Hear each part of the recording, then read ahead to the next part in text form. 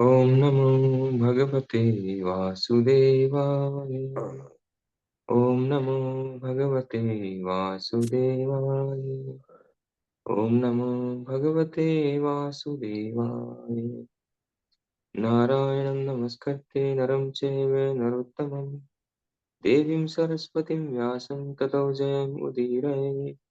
नष्टप्रायेषु भद्रेषु नित्यं भागवत सेवया भगवती उत्तम श्लोके भक्तिर्भवति नैष्ठिकी। श्रीमद् भागवतम स्कंद 1 अध्याय 2 दिव्य तथा दिव्य सेवा श्लोक संख्या 24। पार्थिवादारुणो धूम तस्मात् अग्निस्प्रियमये तमस् तमस्तु रजस्तस्मात् सत्त्वं यद्ब्रह्म दर्शनम्। अग्नि काष्ठ मृदा का रूपांतर है, लेकिन काष्ठ से बेहतर धुआं है। अग्नि उससे भी उत्तम है, क्योंकि अग्नि से वैदिक यज्ञों से हमें श्रेष्ठ ज्ञान के लाभ प्राप्त हो सकते हैं।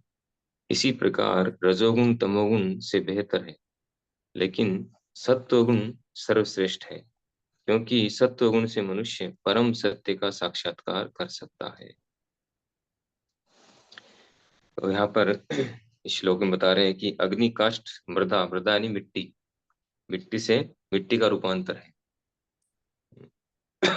इस पृथ्वी पर हम जो कुछ भी चीजें देखते हैं, जो कुछ भी है, वो सब कहाँ से आ रहा है? पृथ्वी से प्राप्त हो रहा है। खनन करके निकालें, चाहे गड्ढा खोल के निकालें, न कुछ भी हो, सब कुछ हमें पृथ्वी से मिल रहा है। सारी चीजें, चाहे लकड़ी हो, लोहा हो, सोना हो, कुछ भी हो, पेट्रोलियम, एवरीथिंग हमें पृथ्वी से प्राप्त होती है। तो वो पृथ्वी का ही यानी मिट्टी का ही एक रूपांतर होता है। विशेष परिस्थिति के द्वारा उसको तैयार किया जाता है प्रकृति के द्वारा। उसी तरह से यहाँ की उपमा दे करके, एग्जाम्पल दे करके समझाया जा रहा है प्रकृति के गुणों के बारे में कि अग्नि काष्ठ, अग्नि काष्ठ यानी वह लकड़ी जिससे अग्नि जलाई जाती है।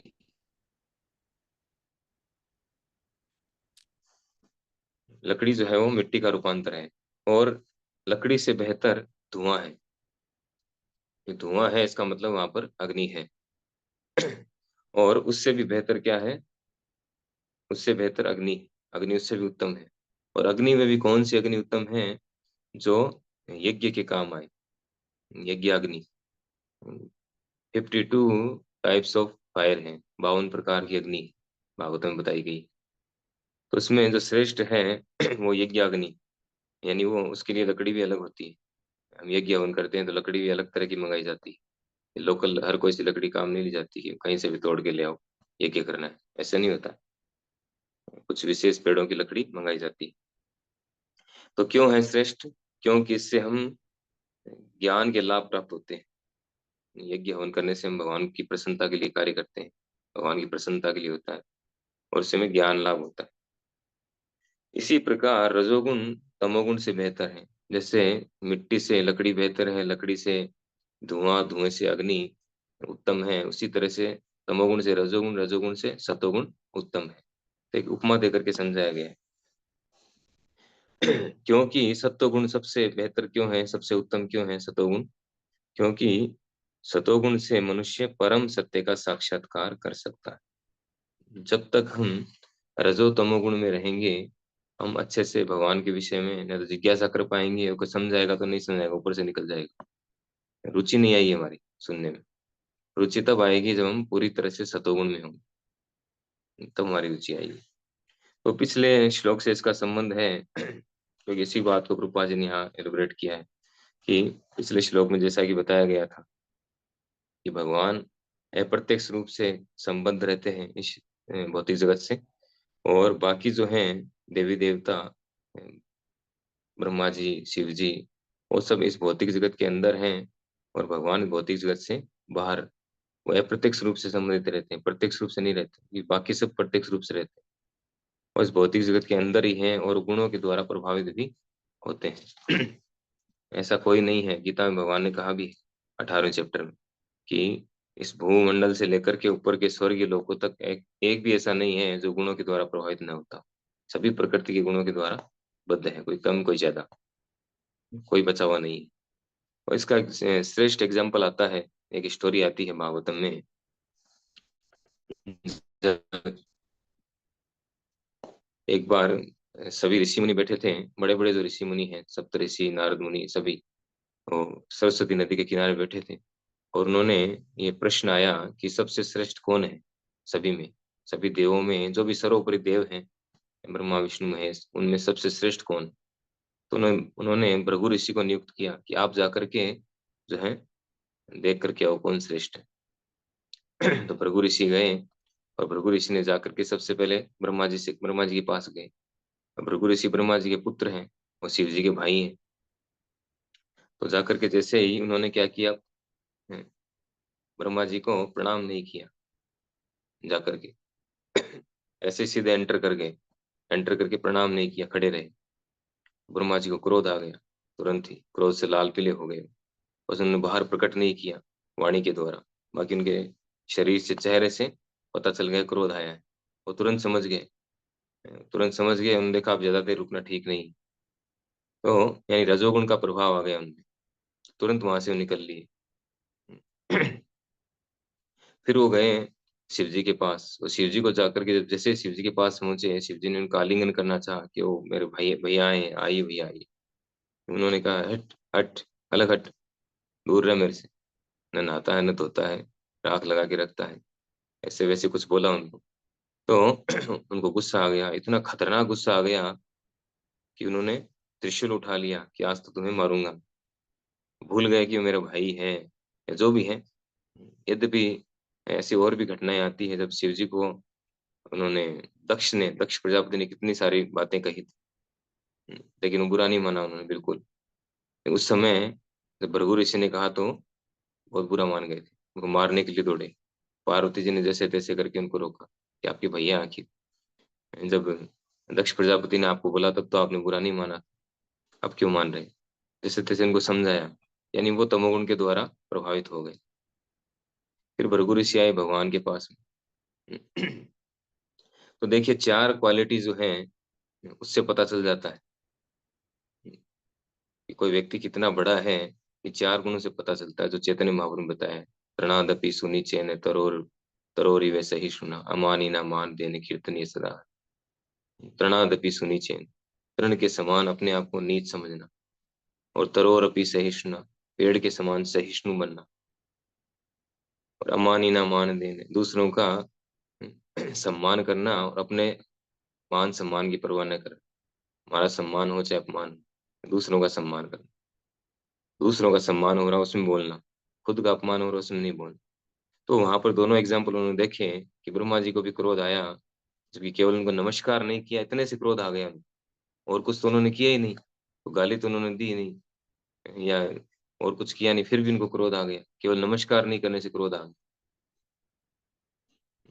हमारे साथ भी हो सकता है, अगर रोज हमें कोई व्यक्ति ऐसे नमस्कार करे, प्रणाम करे, या आप खुद ट्राई करके देख सकते हैं। आप किसी व्यक्ति को एवरी डे जो है प्रणाम करिए, कहीं कंटिन्यू, महीने 2 महीना, कुछ समय तक, पूरा फिर अचानक से बंद कर दीजिए, देखिए क्या होता है। क्योंकि उसको आशा हो जाएगी आपसे कि मुझे प्रणाम करेगा देखते ही, तो ऐसा होता है। तो उन्होंने ब्रह्मा जी के प्रति ऐसा कोई नहीं किया था, केवल प्रणाम नहीं किया था, इतने में वो बुरा मान गए। फिर वो शिव जी के पास गए थे, तो शिव जी के प्रति क्या किया उन्होंने, केवल बोला था, और जो उनको दिख रहा था प्रत्यक्ष रूप से वही बोला था उन्होंने, कुछ अलग से भी नहीं बोला था। हालांकि बोलना गलत था शिव जी के लिए वो, लेकिन फिर भी उन्होंने जो देखा या जो भी है, वो उनके भाई भी थे तो बोल सकते थे, भाई भाई को बोल सकता है, क्या दिक्कत। उस दृष्टि से देखें तो कोई दिक्कत, प्रॉब्लम नहीं थी।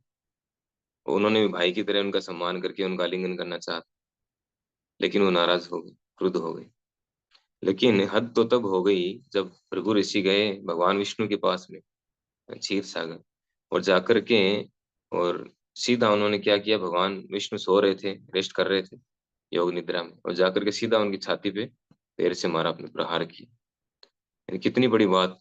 न इसमें ऐसा भी नहीं है केवल प्रणाम नहीं किया हो या केवल दो शब्द बोले हो, उनको कुछ कटु शब्द बोले हो, ऐसा नहीं है, सीधा प्रहार किया है। कितनी बड़ा अपमान किया है भगवान। वो स्वयं भगवान है, सारे लोकों के मालिक हैं, ब्रह्मांडों के मालिक हैं।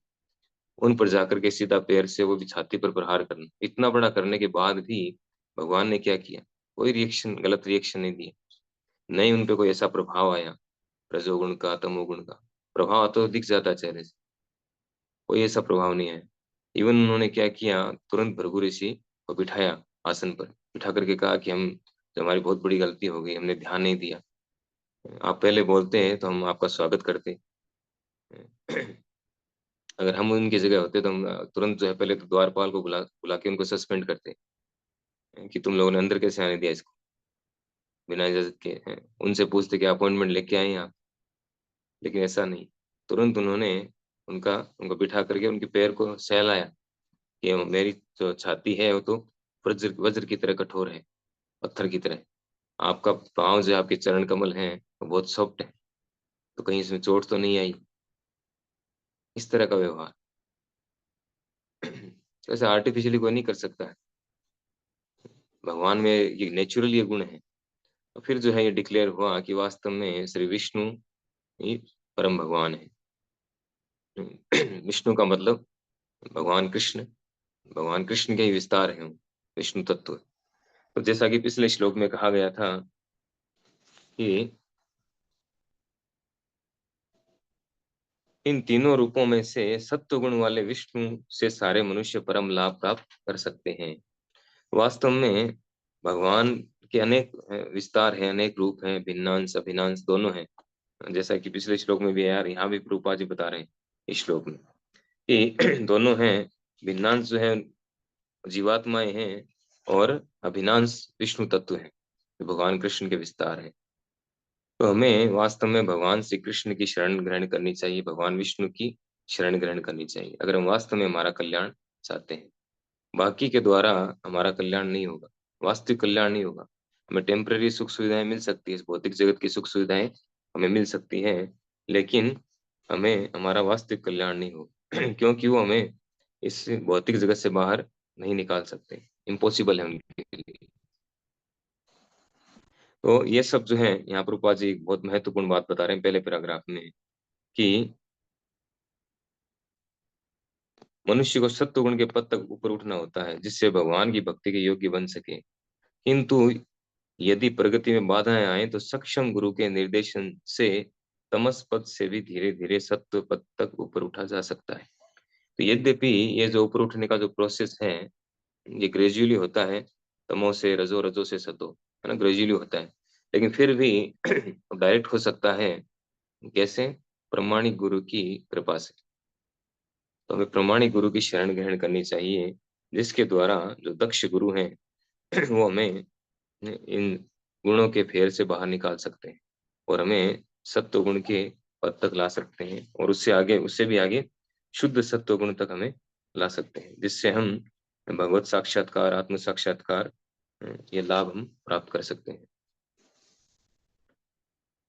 हरे कृष्णा। श्रीमद् भागवत महापुराण की जय। श्रील प्रभुपाद की।